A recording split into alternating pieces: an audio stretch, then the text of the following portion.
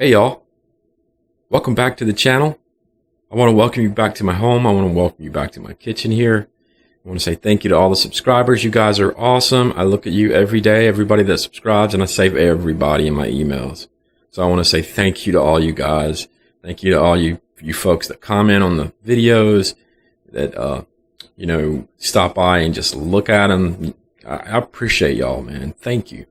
Listen, today I was wondering, what have I not done in terms of cooking that should be done? And, what better thing to make than bread? I mean, it's as old as time. It's as old as us, old as our history. Bread has always been in the picture. And geez, man, there's nothing better. Have you ever gotten bread from anybody?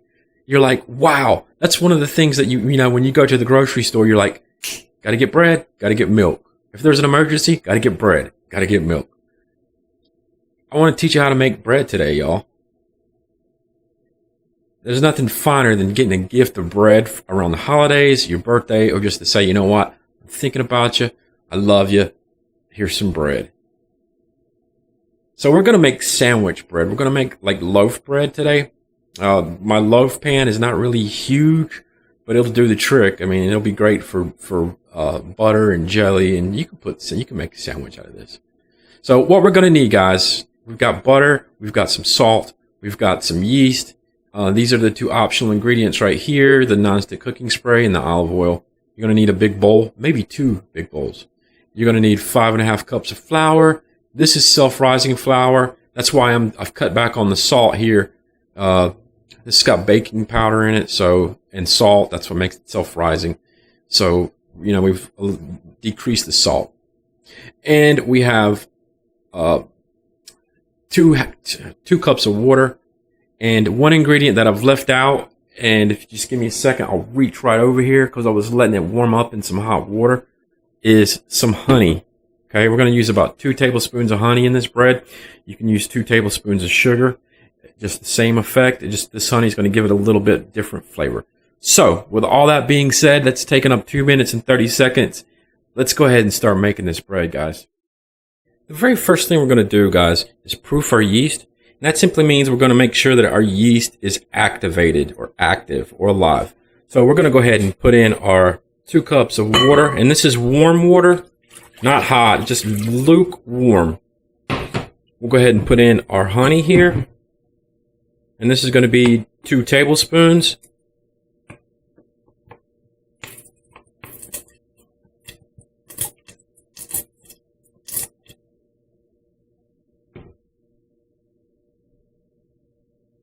I just went ahead and mixed that up with my fork here so it's, mixed up in the water.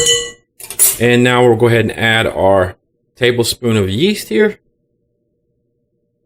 Just like that. I'll go ahead and stir this in. Okay, now we'll let this sit here for 5 minutes or so, maybe 10. We'll come back and check on it. We should have a froth coming up from the surface here. That means our yeast is eating the sugar, and we've actually proofed our yeast, which means we know our yeast is alive and active and will work well in our bread. It's been 10 minutes with our proofing our yeast here. There was a step that I didn't show you guys. I was a little worried that there might not be enough sugar in here. So I added a teaspoon of sugar, and I'll make sure that my comments or my directions in the video description reflect that. I added that 1 tablespoon of sugar. And I expected to have a little bit more foam or bubbles on the top from the yeast. What the yeast is doing is it's eating that sugar, and it's expelling carbon dioxide. That's what the bubbles are, and it's also peeing out a little bit of alcohol. So if you let this sit long enough, you'll have some alcohol in there. But that being said, now it is time for us to go ahead and add our flour. Remember, this is 5.5 cups right here. I'm just going to add it in there just like this so it doesn't go everywhere, which it's going to do that anyway with one hand. We'll go ahead and put our salt in. Just put that around on the top there because we're not going to need too much of that. And I'm going to put our butter in. This is softened. This is softened butter here. You can see how soft it is. I'm going to add that around just like that. I'll get the rest in a second. And I'm going to get my hands in here. My hands are clean. I'm going to get my hands in here, and I'm going to start forming this, combining this. I want to make sure that this comes out to be a ball.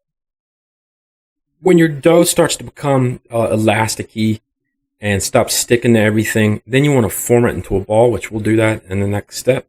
But for right now, I'm still working on it with my hands, which is a lot of work, guys. I'm going to tell you. When you feel like you're getting nowhere and you getting tired and you don't have your blender or mixer, you can add a little bit more flour to this and go ahead and continue to knead this until it actually becomes, like I said, elastic and stops sticking to everything. It's going to stick to your hands like crazy. So, but you'll be able to tell. You'll be able to form this thing into a ball. I'm going to attempt to show you guys what this should look like, what you're aiming for. When you start this, you're going to have dough all over your hands. Nothing like this. It's going to be stuck there.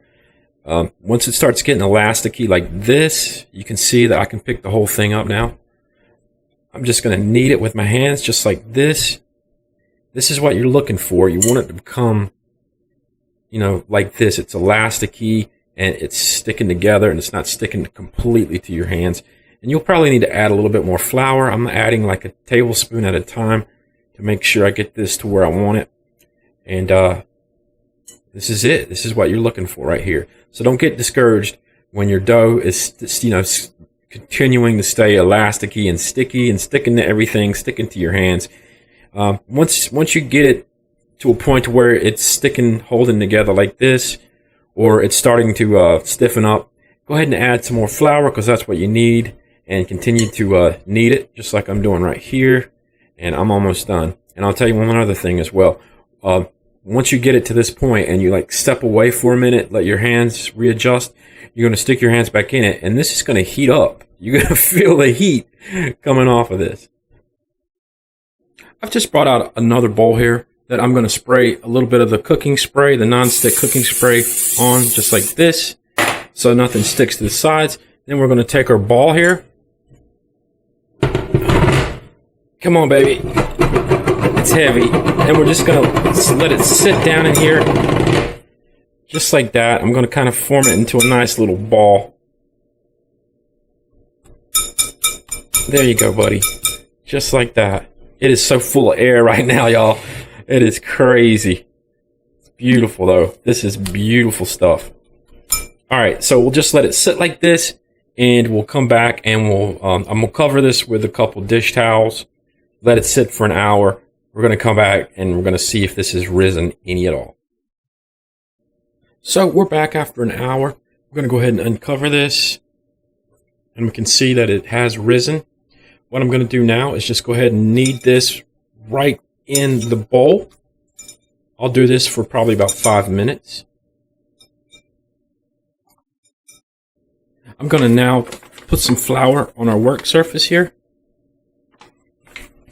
Just spread this around, just like that. There we go. And I'm going to grab our dough.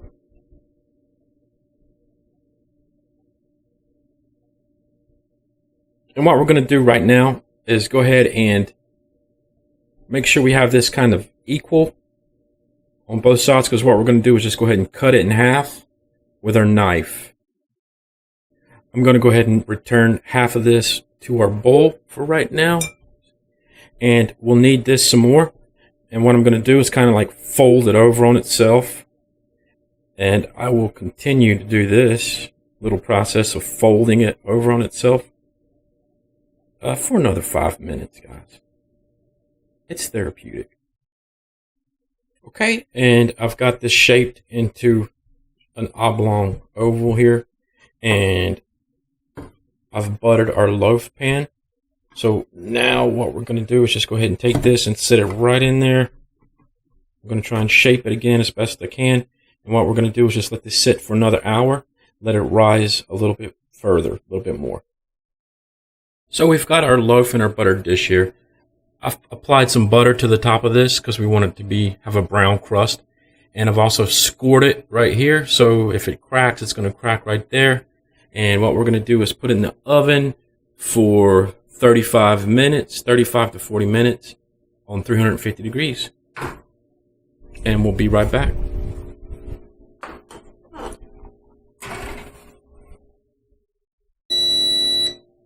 Okay, so 35 minutes. We're gonna reach in here, pull this baby out. There she is, and it smells so good, y'all. Wow. So there it is. That's our bread. You can see where we squirted across the top there, which was a good idea. What we're going to do now is just let this sit in the pan for about 5 minutes, just to let it cool. All right, after the 5 minutes, we're going to go ahead and turn this out onto our cooling rack.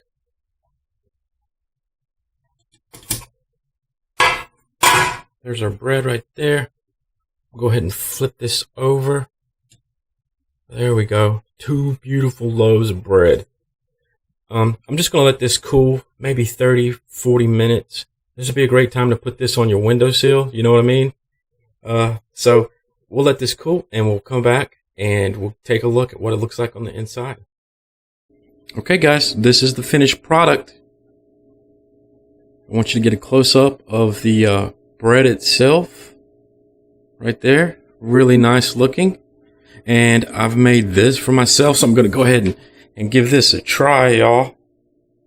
Just a moment.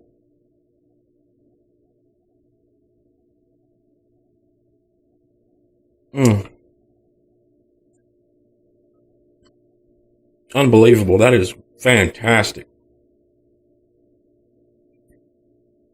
Bread's got a nice crumble to it. It's got a nice chew. The crust, I love the crust. It's not too brown. And this is perfect for sandwiches, club sandwich, peanut butter and jelly, toast, garlic bread, you name it. This right here is where it's at. I'm going to put this in my refrigerator. What you can do is go ahead and slice it if you want to, and put it in like a sandwich bag where you've actually bought sandwich bread in the past. And you can use the bag that your bread came in if you want to from the store, obviously. And what I'm going to do is put this in the refrigerator. You can leave it out too at room temperature. It should keep for 4 to 5 days at least. And that's it, y'all. Beautiful stuff. It's awesome. Have any questions or comments, please feel free to ask. Leave them down below. I'd really appreciate it. Remember to like, share, and subscribe. If I've helped you a little bit, I'd appreciate that. And all right, I'll see you on the next video. Bye.